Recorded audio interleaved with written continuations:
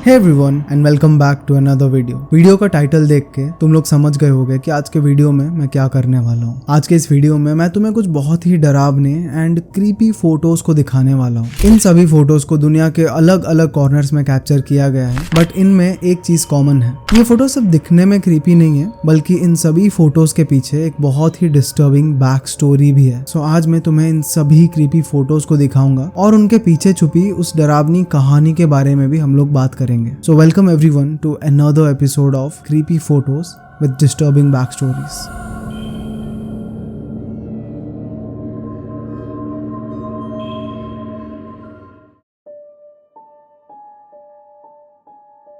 27th of December 1984 United states में रात का वक्त था और ब्रायन कोयल नाम के एक पुलिस ऑफिसर अपनी पेट्रोलिंग की ड्यूटी पर थे। While he was on his duty, Brian को अपने डिपार्टमेंट से एक इन्फॉर्मेशन मिलती है कि वो जिस एरिया में पेट्रोलिंग कर रहे हैं उसी एरिया में एक बहुत ही सीवियर कार क्रैश हो गई है और इस कार में 4 टीनेज्ड बच्चे मौजूद थे जो किसी पार्टी से लौट रहे थे। जैसे ही ब्रायन को ये इन्फॉर्मेशन मिलती है वो तुरंत ही उस एक्सीडेंट वाले एड्रेस की तरफ बढ़ते हैं। जब ब्रायन उस स्पॉट पे पहुंचते हैं तो वो देखते हैं कि कार रोड साइड में मौजूद कुछ पेड़ों के अंदर जाके टकरा गई थी, जिस वजह से क्रैश हुआ था। लकीली जब ब्रायन पास जाकर के थोड़ा इन्वेस्टिगेट करते हैं तो पता चलता है कि कार के अंदर मौजूद 3 बच्चे कंप्लीटली सेफ थे। उन्हें बस थोड़ी बहुत चोट आई थी, but they were completely fine. तुरंत ही इन बच्चों को मेडिकल ट्रीटमेंट के लिए भेज दिया जाता है। बट वहाँ पे एक बहुत ही बुरी खबर भी थी। कार के फ्रंट सीट पे बैठा हुआ एक 16 साल का लड़का जॉन बोलवेयर अपनी दोस्तों की तरह लकी नहीं था। उस दिन उसकी किस्मत अच्छी नहीं थी। कार क्रैश के दौरान सीवियर इंजरीज की वजह से उसकी वही स्पॉट डेथ हो जाती है। ये एक बहुत ही अनफॉर्चुनेट बात थी। जॉन की डेड बॉडी को वहां से रिकवर किया जाता है एंड फर्दर इन्वेस्टिगेशंस करे जाते हैं। जब सभी चीजें वहां पे कंफर्म हो जाती है तो इस इन्वेस्टिगेशन को खत्म करते हुए और अपने रेगुलर प्रोटोकॉल्स को फॉलो करते हुए ब्रायन वहां पे कुछ फोटोग्राफ्स को कैप्चर करते हैं। देखो, ये कोई मर्डर सीन नहीं था, ये कोई ग्रूसम क्राइम नहीं था, तो यू मस्ट बी एक्सपेक्टिंग कि हाँ वही रेगुलर कार क्रैश के फोटोज होंगे, नॉर्मल एक्सीडेंट के फोटोज होंगे। But actually the case was a bit different here. उस दिन ब्रायन ने वहां पे जो फोटोग्राफ्स को कैप्चर करा था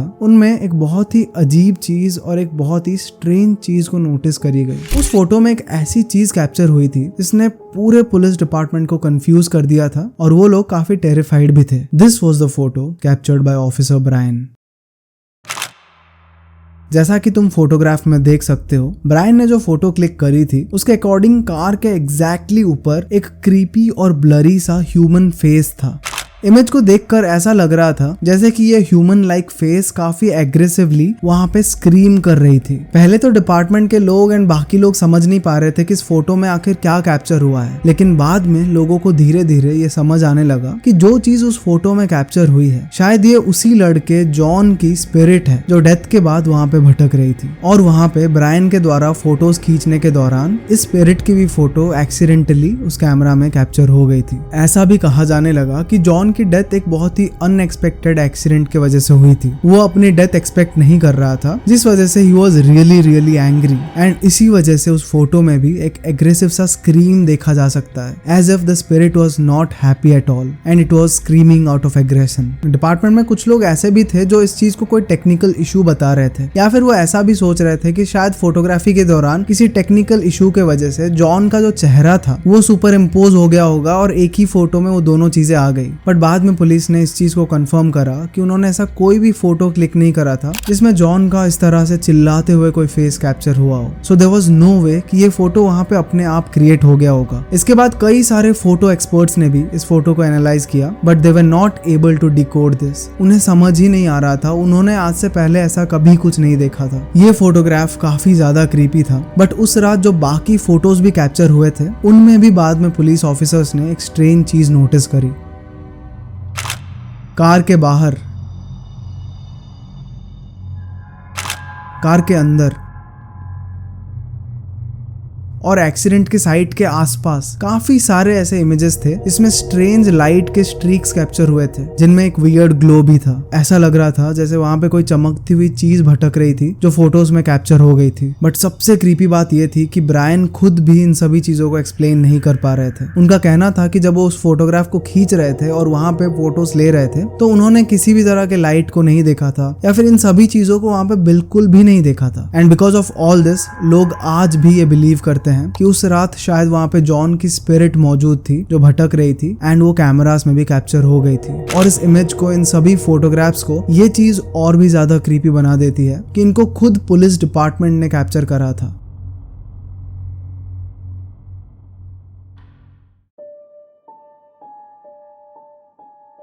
नेक्स्ट फोटो जो मैं तुम्हें दिखाने वाला हूँ, इसको जब तुम इनिशियली देखोगे तो तुम्हें कुछ समझ नहीं आएगा, तुम्हें पता ही नहीं चलेगा what I am trying to show you. But जैसे जैसे तुम इस फोटो को क्लोजली ऑब्जर्व करोगे, you will start to understand कि मैं इस फोटो को क्यों कवर कर रहा हूँ, and maybe then you will start to feel the chills. ये कहानी आज से 3000 साल से भी ज्यादा पुरानी है और ये कहानी पारसी कम्युनिटी के अराउंड रिवॉल्व करती है। पारसी कम्युनिटी में हमेशा से ही गुड और इविल के कॉन्सेप्ट में काफी ज्यादा बिलीव किया जाता था। इसी वजह से पारसी कम्युनिटी में फायर, अर्थ, वाटर और एयर को काफी सैक्रेड, काफी प्योर माना जाता है। बट इस बिलीव के वजह से कम्युनिटी एक प्रॉब्लम फेस कर रही थी। एक्चुअली इस कम्युनिटी में जब भी किसी की डेथ हो जाती थी तो ना ही वो उस डेड बॉडी को कहीं पे क्रीमेट करते थे और ना ही वो उसको अर्थ के अंदर बरी कर सकते थे। उनका ऐसा मानना था कि डेथ के बाद में बॉडी कंप्लीटली इम्प्योर हो जाती है, क्योंकि ह्यूमन बॉडी में से सोल निकल के चली जाती है, जिसके बाद बॉडी सड़ना भी शुरू हो जाती है। ऐसे में अगर डेड बॉडी को जलाया गया या बरी किया गया तो वो अपने साथ साथ बाकी के प्योर एलिमेंट्स जिसके कांटेक्ट में वो आएंगे उसे भी इम्प्योर कर देगी। यानी कि ना तो डेड बॉडी को जलाया जा सकता था और ना ही दफनाया जा सकता था और ना ही पानी में छोड़ा जा सकता था। And this is when Parsi community ने एक बहुत ही अलग रास्ता अपनाया। This is the photo of tower of silence which is present in Mumbai, India. Photo को देखने पर तुम्हें रियलाइज होगा कि तुम्हारे सामने एक स्टोन और कंक्रीट से बना हुआ एक बड़ा सा सर्कुलर टावर जैसा एक स्ट्रक्चर है, जिसके रूफ पर कुछ अजीब सी चीजें प्रेजेंट है। जैसे जैसे तुम इस फोटो को और ध्यान से देखोगे, क्लोजली ऑब्जर्व करोगे, दैट्स व्हेन तुम्हें रियलाइज होगा कि इस टावर के रूफ पर कुछ और नहीं बल्कि डेड ह्यूमन बॉडीज प्रेजेंट है।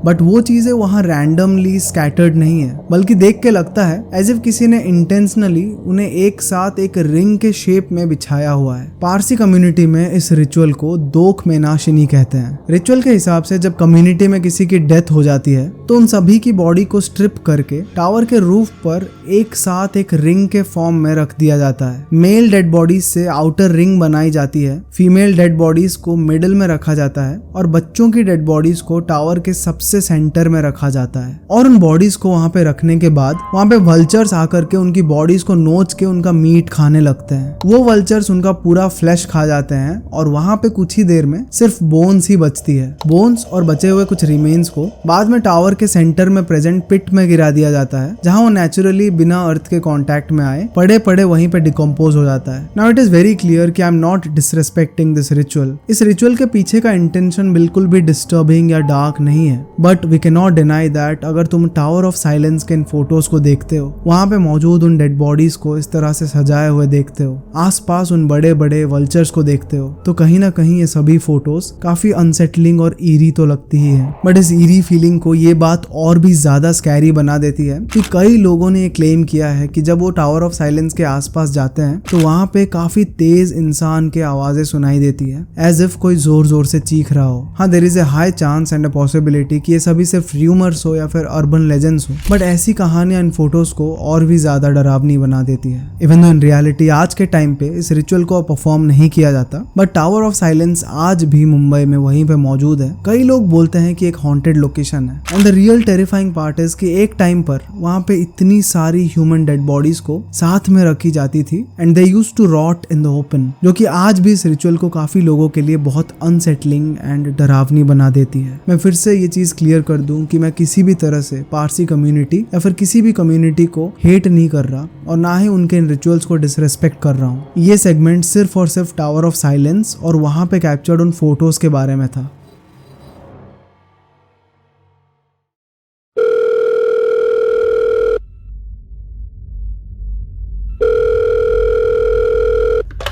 Stand for 911. Where's your emergency? This is Sandy. 231 Rock Crimin Road. What's the Send problem? the police. Send the police. What's the problem there? The chimp killed my friend. What is the problem? He's killing my friend. Who's killing your friend? My chimpanzee. अभी मैं तुम्हें आगे जो story सुनाने वाला हूँ ये बाकी स्टोरीज से काफी ज्यादा डिफरेंट है और इसके पीछे का रीजन ये है कि इस स्टोरी में जो फोटोज इन्वॉल्व हैं जो मैं तुम्हें दिखाने वाला हूँ उनमें कुछ भी क्रीपी नहीं लगेगा। ये फोटोज बिल्कुल भी डरावने नहीं लगेंगे, बट इसका ये मतलब नहीं होगा कि ये नॉर्मल फोटोज है, because in normal looking photos के पीछे भी एक बहुत ही अनसेटलिंग और डिस्टर्बिंग स्टोरी है। यानी कि इस इनोसेंट लुकिंग फोटो के पीछे जो कहानी छुपी हुई है वो बहुत ही ज्यादा ग्रूसम होने वाली है। इस स्टोरी की शुरुआत होती है 1995 में। सैंड्रा हेरोल्ड और जेरोम हेरोल्ड नाम के कपल एक बेबी चिंपैंजी को सैंक्चुरी से अडॉप्ट करके अपने घर ले आते हैं। भले ही चिंपैंजी एक वाइल्ड एनिमल है, बट सैंड्रा और हेरोल्ड अपने इस बेबी चिंपैंजी को एक डोमेस्टिक पेट की तरह या फिर मैं यूं कहूं अपने बच्चे की तरह ट्रीट करते थे। The couple even named this chimpanzee as Travis. Travis भी काफी जल्दी ही सैंड्रा और हेरोल्ड के साथ घुल मिल जाता है और वो दोनों उसे अपने एक फैमिली मेंबर की तरह ही ट्रीट करते थे। तुम यकीन नहीं करोगे, काफी जल्दी ही ट्रेविस घर के वो सभी काम सीख जाता है जो इन जनरल एक ह्यूमन करता हो। ब्रश करना, खाना खाना, कार वॉश करना एंड इवन कार ड्राइव करना तक ट्रेविस सीख गया था। दिस वाज अनबिलीवेबल कंसिडरिंग कि वो सिर्फ एक चिंपैंजी था, एक वाइल्ड एनिमल था। Still he was able to do all this. उनका घर हो या उनका वर्क स्पेस हो या फिर शॉपिंग भी अगर करने जाना हो तो सैंड्रा और हेरोल्ड के साथ ट्रेविस हर जगह जाता था। इसी वजह से उनके लोकेलिटी में भी ट्रेविस को काफी लोग जानने लग गए थे। ट्रेविस काफी फ्रेंडली था, सभी के साथ अच्छे से बिहेव करता था। इस वजह से कई सारे लोग आकर के उसके साथ फोटोज भी क्लिक करते थे। ट्रेविस लिटरली अपने एरिया का एक सेलिब्रिटी बन गया था। वो काफी ट्रस्टवर्दी था, काफी ट्रेन्ड पेट था, जिस वजह से लोग भी उस पर भरोसा करते थे, उसके साथ घुल मिल के खेलते थे और टाइम स्पेंड करते थे। एक पॉइंट पे तो ट्रेविस इतना पॉपुलर हो गया था कि इवन टीवी एड्स में भी ट्रेविस को लिया जाता था। ये सब सुन के काफी अनयूजुअल लगता है, काफी नया लगता है, but at the same time लगता है कि यार कितनी अच्छी कहानी है, everything is so good here, तो इसको आखिर मैं क्यों कवर कर रहा हूँ। वेल, यहाँ से things are going to take a very dark turn. ये बात 2004 की है जब उनके हस्बैंड जेरोम हेरोल्ड की डेथ हो जाती है। उनके डेथ के बाद में सैंड्रा ट्रेविस के साथ अकेली रह जाती है। उनको बिजनेस संभालना था, कई सारे काम करने थे, जिस वजह से उनकी एक नई फ्रेंड उनके साथ जुड़ती है जिनका नाम था चार्ला।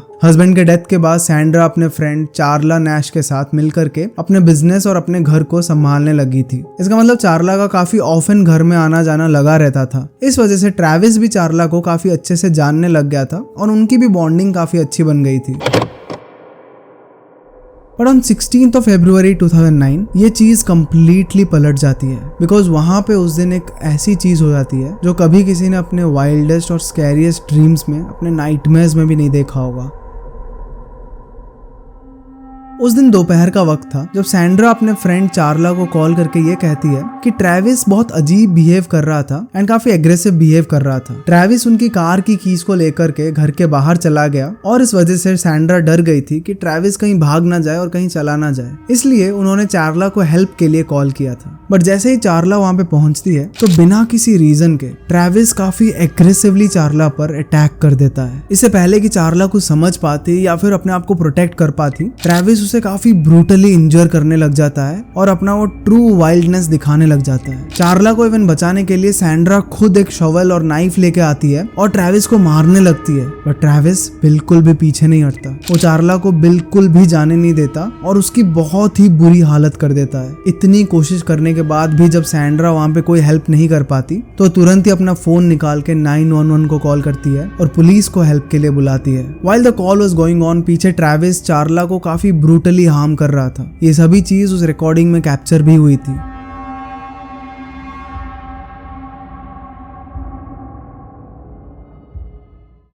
Stand for 911. Where's your emergency?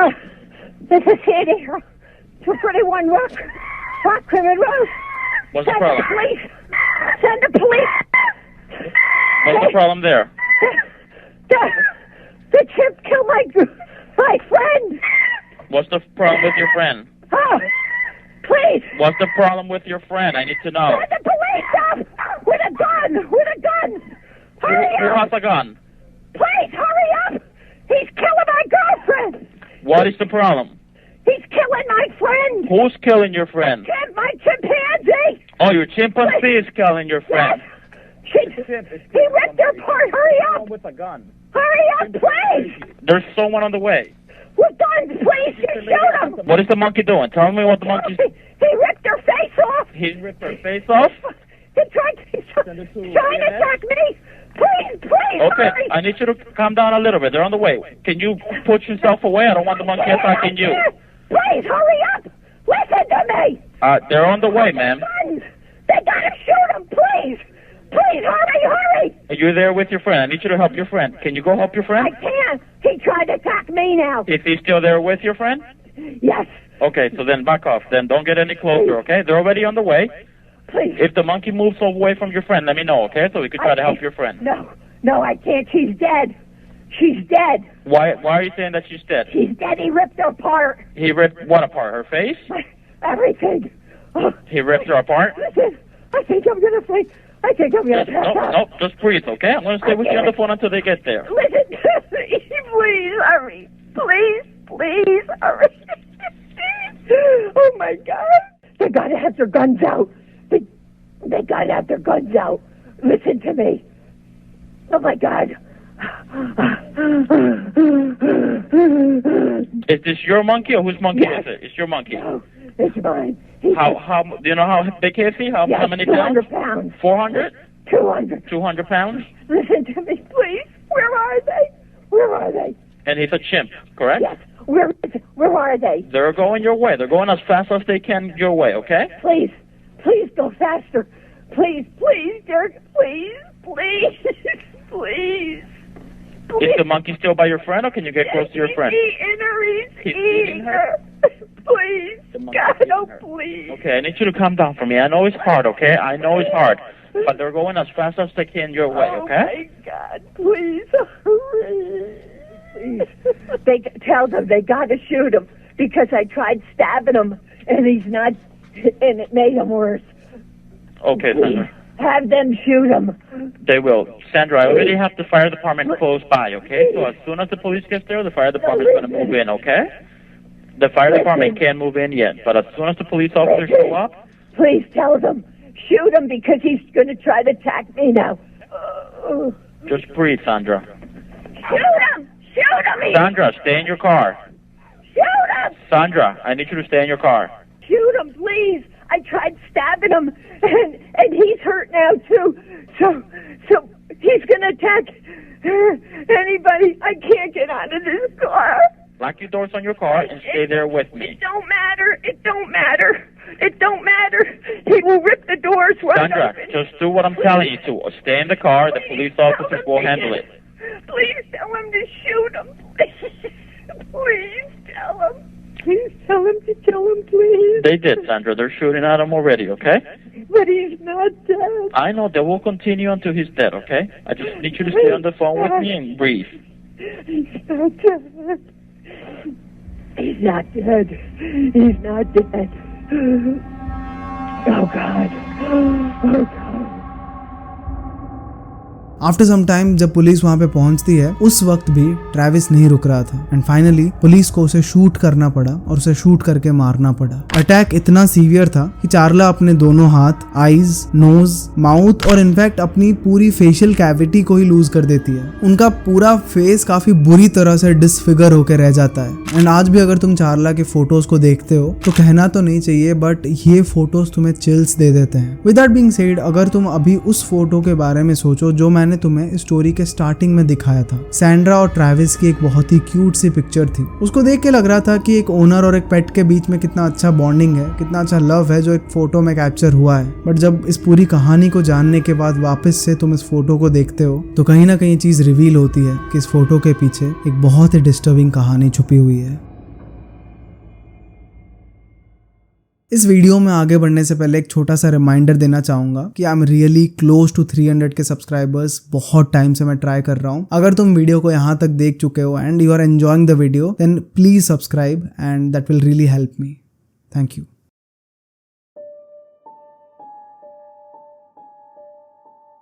आज की जो अगली कहानी मैं तुम्हें बताने वाला हूँ वो डिस्टर्बिंग तो है but at the same time काफी ज्यादा सैड भी है। This is the photo of Lacey Fletcher, a girl from USA. Lacey अपने पेरेंट्स के साथ लुइजियाना, यूनाइटेड स्टेट्स में रहा करती थी। बचपन से ही लेसी को ऑटिज्म था। वो ढंग से किसी के साथ ना कम्युनिकेट कर पाती थी ना बातें कर पाती थी, जिस वजह से उसे अपने स्कूल के टाइम पे भी काफी ज्यादा बुलिंग को फेस करना पड़ा था। उसके कई सारे क्लासमेट्स एंड इवन सीनियर्स भी उसे काफी बुली किया करते थे। टाइम के साथ साथ लेसी का जो फिजिकल और मेंटल हेल्थ था वो और भी ज्यादा डिक्लाइन होने लगता है, उसकी हालत और खराब होने लगती है। And at the age of 16 उसके पेरेंट्स उसका स्कूल जाना ही बंद कर देते हैं। 3-4 सालों के अंदर अंदर लेसी की हालत इतनी ज्यादा सेंसिटिव हो जाती है कि वो अपने पेरेंट्स के अलावा किसी को भी देखती थी या फिर किसी स्ट्रेंजर को देखती थी तो उसकी हालत बहुत खराब हो जाती थी। ये चीज उसको इतनी ज्यादा ट्रिगर कर देती थी कि वो एक बिल्कुल ही इररिस्पॉन्सिव स्टेट में चली जाती थी। लेसी के इसी सीवियर सोशल एंजाइटी के वजह से और उसके इस डिक्लाइनिंग मेंटल हेल्थ के वजह से लेसी के पेरेंट्स एक बहुत ही गलत कदम उठाते हैं। वो उसका आउटसाइड वर्ल्ड से पूरा कनेक्शन कंप्लीटली कट कर देते हैं और अपने ही बेटी को अपने घर के अंदर हमेशा के लिए बंद कर देते हैं। And eventually because of this Lacey की जो लाइफ थी वो अभी अपने घर के 4 दीवारों के अंदर ही सीमित हो गई थी। इसके बाद वही होता है जो काफी ज्यादा एक्सपेक्टेड था। अगर तुम एक इंसान को इस तरह से बंद करके रख दोगे और उसका कंप्लीट कनेक्शन ही कट कर दोगे तो उसकी हालत और खराब होती जाएगी। और यहाँ भी वही होता है। पहले तो लेसी एटलीस्ट अपने घर में इधर उधर घूमती थी बट धीरे धीरे उसकी फिजिकली मूव करने की एबिलिटी भी चली जाती है। वो काइंड ऑफ पैरालाइज्ड हो जाती है और अपने घर में पड़े उस सोफा के ऊपर ही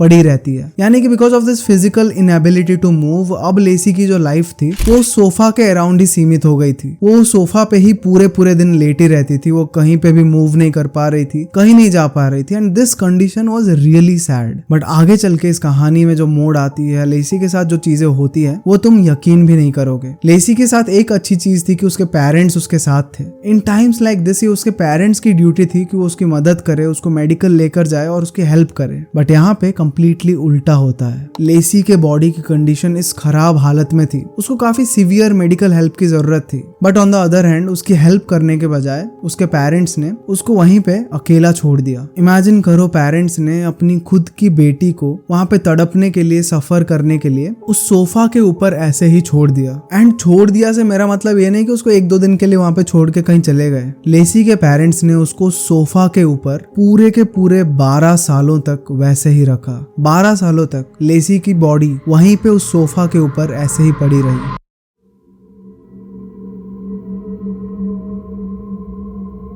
आगे चल करके 2022 में लेसी की डेथ हो जाती है। उसके डेथ के बाद में फाइनली पेरेंट्स पुलिस को इन्फॉर्म करते हैं और उन्हें घर पे बुलाते हैं। इन्वेस्टिगेट करने के लिए जो ऑफिसर्स वहाँ पे घर पे आए थे उनके सामने एक ऐसा नज़ारा था जिसको देख करके उनकी रूह कांप गई थी। दिस वॉज द फोटो जो उन लोगों ने वहाँ पे क्लिक किया था।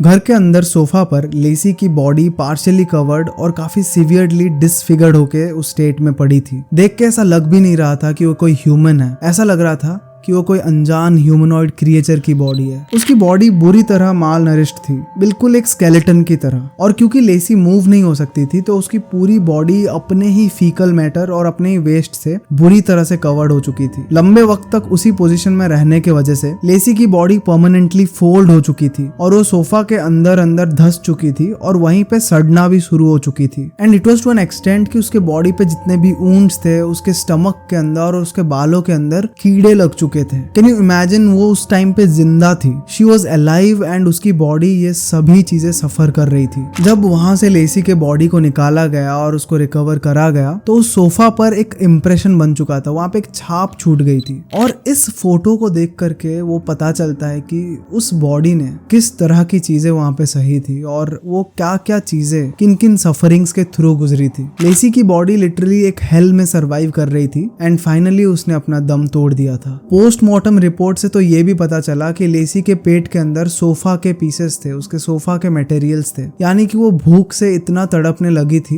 कि वो लिटरली सोफा को खाने लगी थी। दिस इज वन ऑफ दो स्टोरीज एंड ये उन फोटोज में से एक फोटो है जिसको एक बार देखने के बाद शायद तुम्हें काफी डिस्गस्टिंग भी फील होगा but at the same time तुम भूल नहीं सकते कि सोफा के पीछे क्या क्या सफरिंग्स छुपी हुई है। लेसी की कहानी इतनी दर्दनाक थी एंड जो भी उसके साथ हुआ it was completely unfair and इस वजह से उसके पेरेंट्स को भी सजा मिलनी ही चाहिए थी। ऑनेस्टली बोलता हूँ, this photo might be one of the most disturbing photos जो मैंने आज तक कभी देखा है and this is purely because of the fact कि मुझे इसके पीछे की पूरी कहानी पता है, वरना तो शायद ये कोई रैंडम पुराने सोफा की फोटो लगती।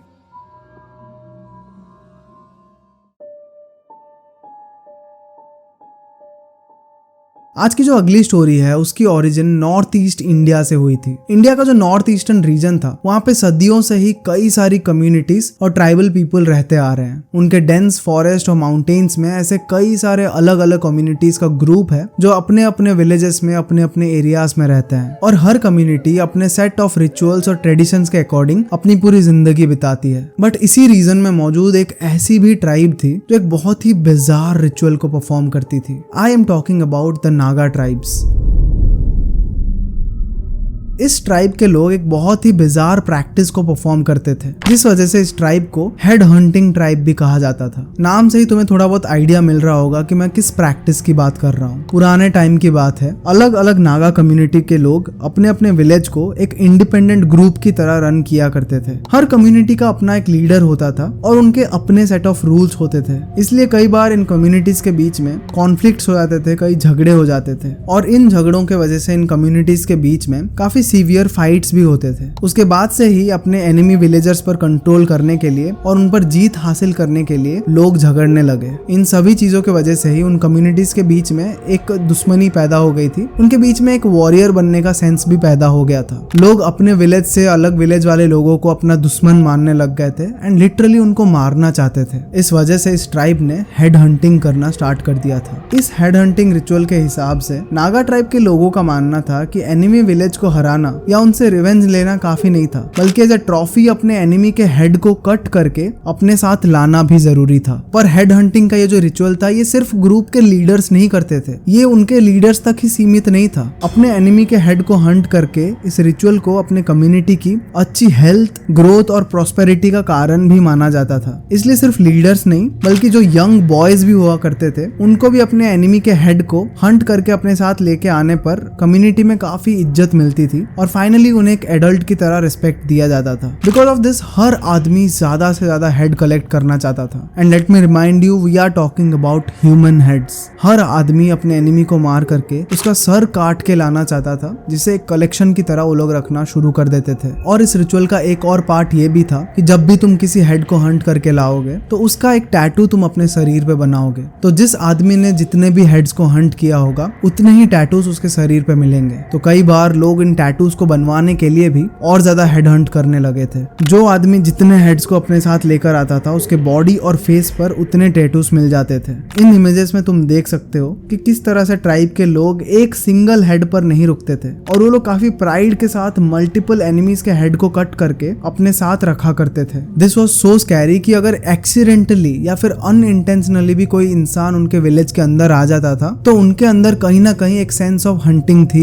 इस वजह से वो उस इनोसेंट आदमी को भी हंट करते थे और उसके हेड को काट देते थे। अगर तुम जाकर के इंटरनेट पे भी सर्च करोगे अबाउट नागा ट्राइब्स तो ऐसे कई सारे फोटोज मिल जाएंगे जिनमें तुम ट्राइब लीडर्स को या फिर नॉर्मल ट्राइब के लोगों को देखोगे जो किसी एक हेड के साथ फोटो नहीं खिंचाते बल्कि उनके पास पूरा पूरा कलेक्शन होता है। And these are real human heads, मतलब कि इन्होंने इतने सारे हेड्स को हंट करा है, इतने लोगों को मारा है। एंड सबसे क्रीपी बात यह है कि उनकी हेड्स को काट करके अपने ही घर पे एज ए कलेक्शन उनको रखा हुआ है। ऑल्दो इन रिचुअल्स को आज के टाइम पर परफॉर्म नहीं किया जाता, गवर्नमेंट के कई कोशिशों के बाद फाइनली इन रिचुअल्स को खत्म कर दिया गया था, बट आज भी ये फोटोज हमारे साथ अवेलेबल हैं और इन फोटोज को देख करके ये याद दिलाती हैं कि किस तरह से एक क्रीपी रिचुअल को करके लोग लिटरली ह्यूमंस के हेड को काट करके कलेक्ट किया करते थे। And hence these images are very creepy and disturbing to me.